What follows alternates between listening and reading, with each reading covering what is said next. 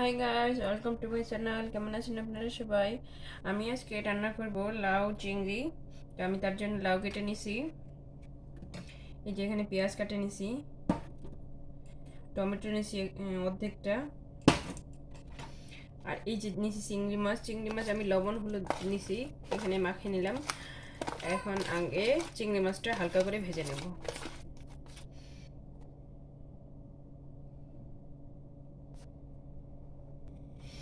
তো আমি কড়াই গরম করতে দিয়েছি, এখন তেল দেব।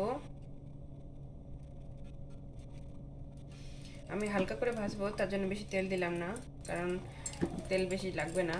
চিংড়ি মাছ ভাজবো, বেশিক্ষণ ভাজতে হয় না, বেশি ভাজা হলে ওটা মানে বেশি রান্নার কুক ওভার কুক হয়ে যায়। তো আমি বেশি করব না, ভাজবো না।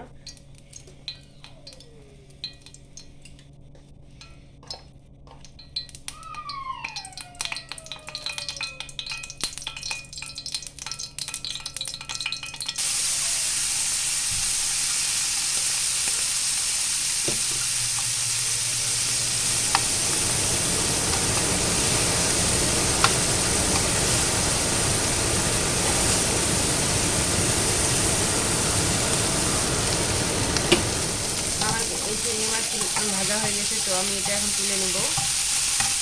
আর এখন একটা অন্য কড়াই বসাই দেব। আমি আরেকটা অন্য কড়াই বসাই দিয়েছি এবং কড়াই আমার গরম হয়ে গেছে, তো আমি তেল দেব।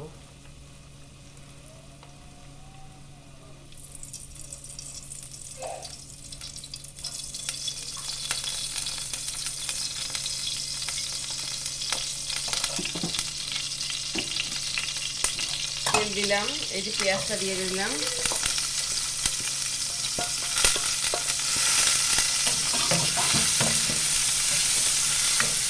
পেঁয়াজটা হলুদ করে একটু লাল করে ভেজে তারপরে মশলা দিয়ে সম্বার করব। তারপর টমেটো দিয়ে কষায় নিব। তো এই যে আমার পেঁয়াজটা কিন্তু লালচে হওয়া শুরু করছে, তো আমি এখন এতে হলুদ দেব, সরি,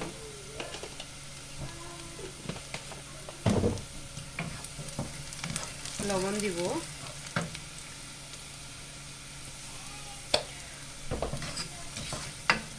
পেঁয়াজটা মানে আর কি সুন্দর করে কষাই নিব, যেমন মাছের ঝোল কিংবা মাছ রান্না করলে যেভাবে করি, তো আমি পেঁয়াজটা ওইভাবে ঠিক মতো কষাই নেব।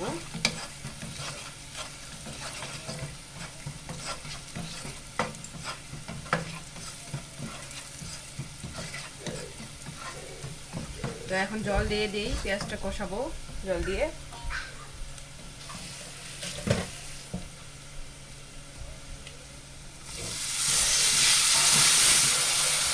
এই যে জল দিয়ে আমি এটা কষাই নিব একবার, তারপর টমেটো দিব। এই যে পেঁয়াজটা কি সুন্দর কষানো হয়ে গেছে, আমি এখন এটা টমেটোটা দিয়ে আরেকবার কষাই নিব সুন্দর করে।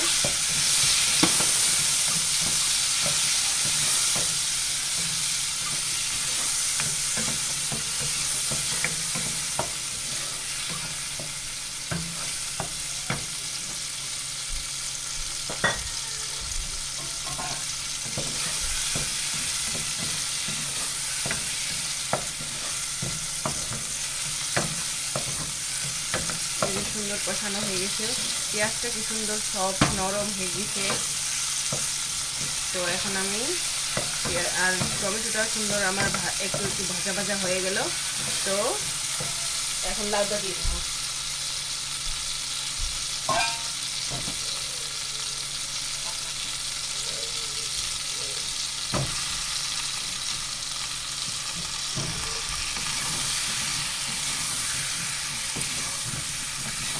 আমি তখন পেঁয়াজটা কষানোর সময় অল্প লবণ দিচ্ছি, এখন লবণ দিব আবার। এখন আবার লবণ দিয়ে দিব পরিমাণ মতো।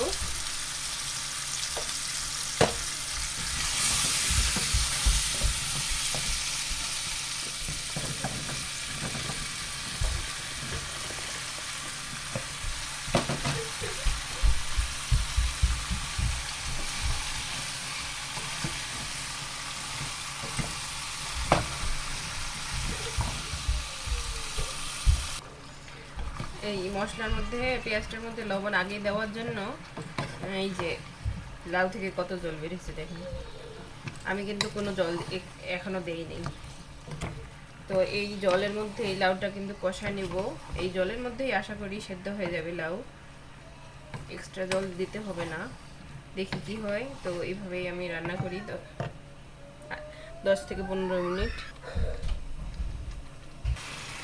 তো এই যে আমার 15 মিনিটে কি সুন্দর জলটা শুকায় গেছে আর লাউটা কি সুন্দর নরম সফট সেদ্ধ হয়ে গেছে প্রায়। তো এভাবে আরেকটু কষায় নিয়ে আমি জল দিয়ে দেবো।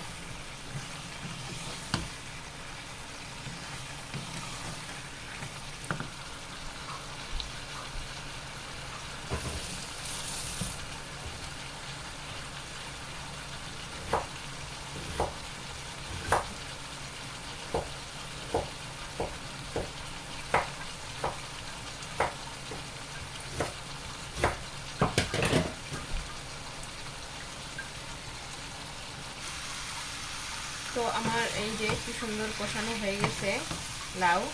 এই যে মরিচ, কাঁচামরিচ দিলাম, কাঁচামরিচ খালি করে রাখছিলাম। আর এখন দিব জিরা গুঁড়া।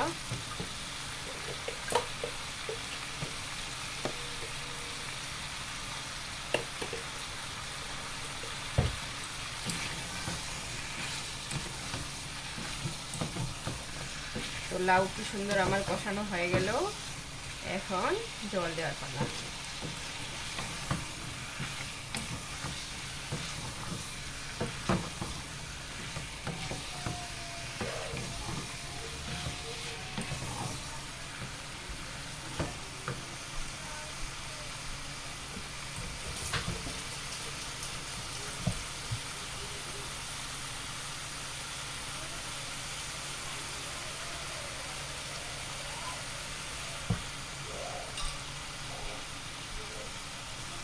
তো দিয়ে দিলাম জল।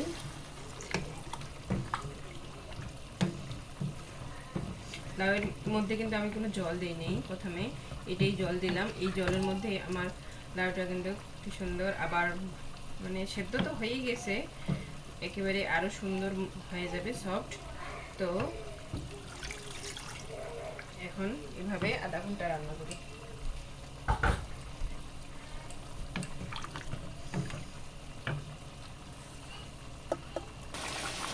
তো এই যে হচ্ছে লাউয়ের তরকারি কিন্তু জল কমে কি সুন্দর হয়ে গেছে, লাউয়ের সমান সমান। তো আমি এখন এই যে চিংড়ি মাছটা দিয়ে দেবো। এই একটু নাড়ে দিলাম।